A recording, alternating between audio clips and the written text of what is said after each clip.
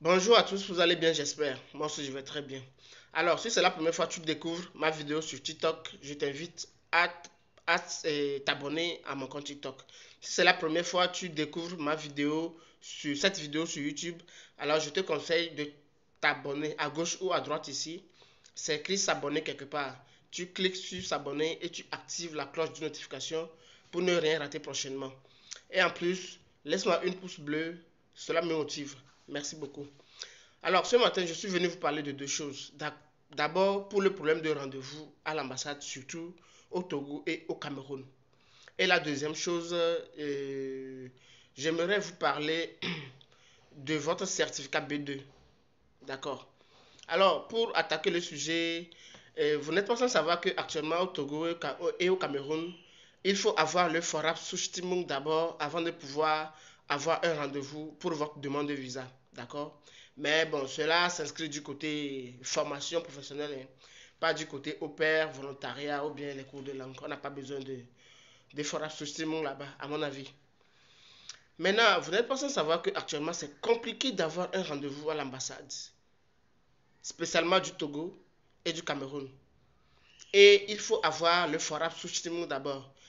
Or, ce FORAP Souchtimung, tout le monde n'a pas les moyens de l'avoir.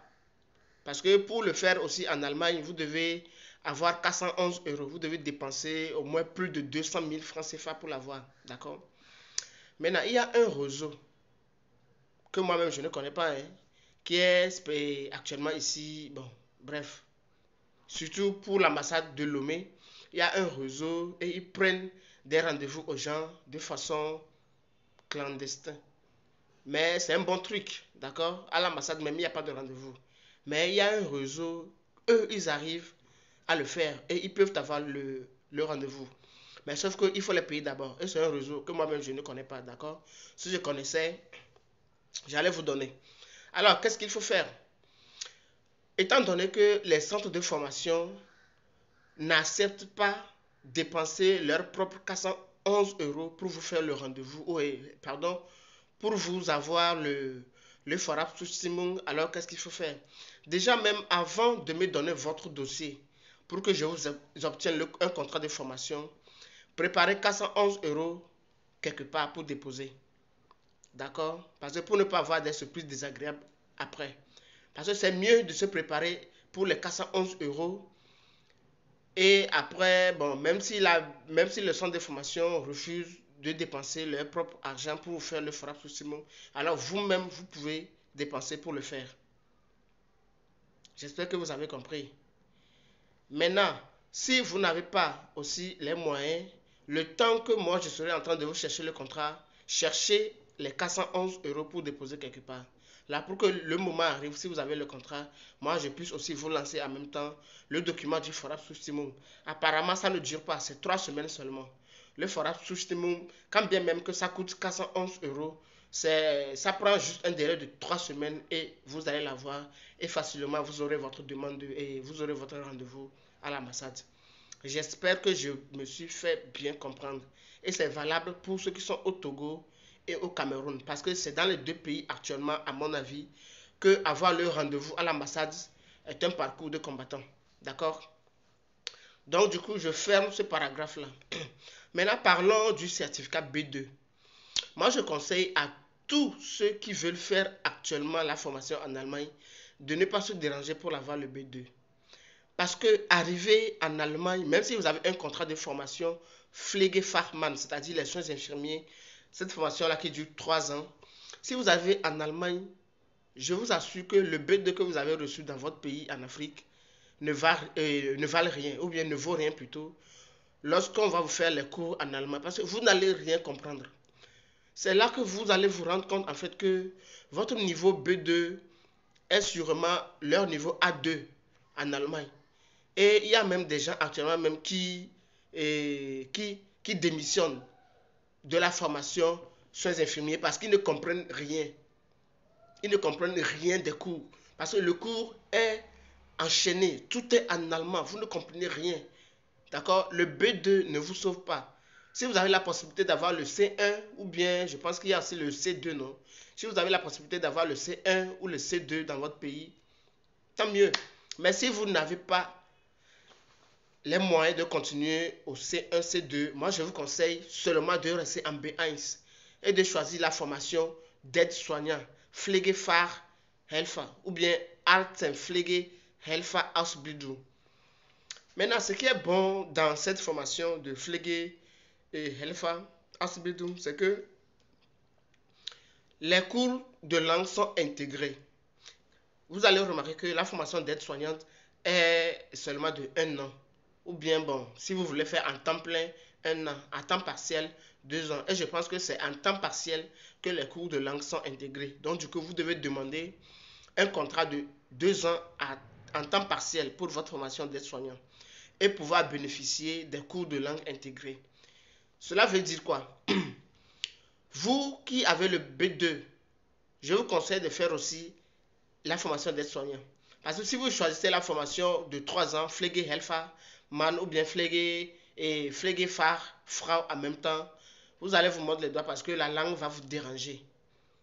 Vous serez peut-être content que vous avez eu le niveau B2 dans votre pays en Afrique, mais cela ne correspond pas au niveau B2 en Allemagne. Vous allez vous rendre en fin de compte que votre B2 là est équivalent à A2, au niveau A2 en Allemagne. Le cours se fait en allemand pur. Vous n'allez rien comprendre. Alors, qu'est-ce que moi je vous donne comme idée? D'accord? Que vous ayez le B1 ou le B2, choisissez la formation d'aide-soignante en temps partiel pour 2 ans, où les cours de langue sont intégrés. Maintenant, après les 2 ans, maintenant, votre niveau sera comme ça. Vous aurez un bon niveau en allemand, ce qui vous permettra de choisir ou bien de continuer avec la formation de Pflegefachmann ou bien la formation des soins infirmiers pour les 3 ans là. Cela peut vous permettre facilement de pouvoir comprendre mieux les cours qu'on vous donne en allemand. Maintenant, si après les 2 ans d'aide soignante là, si vous n'avez plus envie de continuer en Pflegefachmann ou bien en soins infirmiers, vous pouvez avoir votre diplôme d'aide soignante et aller commencer aussi par travailler. D'accord? Les gens sont en train de démissionner actuellement dans la formation d'aide soignante, surtout les Africains qui ont eu leur B2, qui pensaient que voilà, ils ont le niveau B2, la langue serait facile pour eux, la formation sera facile pour eux. C'est très compliqué, les gars. L'allemand qu'on nous parle ici au Togo ou bien en Afrique n'est pas le même allemand qu'on parle en Allemagne. Et votre niveau B2 ne vous sauve pas. D'accord? Le niveau B2 est l'équivalent de A2 en Allemagne.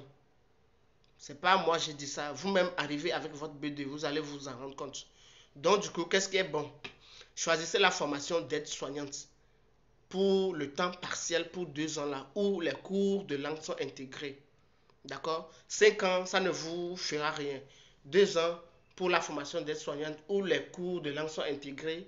Là, après les 2 ans là, vous avez la possibilité de continuer maintenant les 3 ans de formation que vous voulez. Parce qu'après les 2 ans là, votre niveau de langue sera tellement meilleur que vous pouvez attaquer les 3 ans de formation facilement et comprendre bien les cours qu'on vous donne. Parce que j'ai aussi appris que, par exemple, si tu es dans un état comme le Baden-Württemberg, d'accord, ceux qui viennent avec le B2, si vous échouez après les 3 ans là, bon, après les 3 ans de la formation, il y a souvent un examen qui est préparé.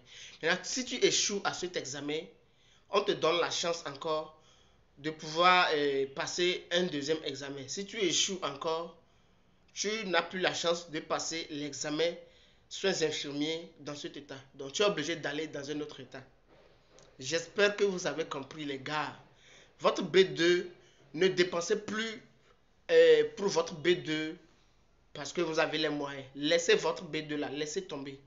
B1, ça vous suffit. D'accord? Ne dépensez plus, ne perdez plus votre temps pour le B2. Ne dépensez aussi plus pour les cours de langue jusqu'à votre niveau B2. Cela vous sert à rien. En tout cas, j'espère que je me suis fait bien comprendre. Alors, sur ce, je vous souhaite une bonne journée. Et si vous avez des questions, n'hésitez pas. Je vais laisser mes numéros WhatsApp ici. Si vous avez des questions, vous pouvez me les poser, d'accord? Si je ne laisse pas le numéro WhatsApp ici, je vais le laisser en description de cette vidéo. Alors, sur ce, je vous souhaite une bonne journée.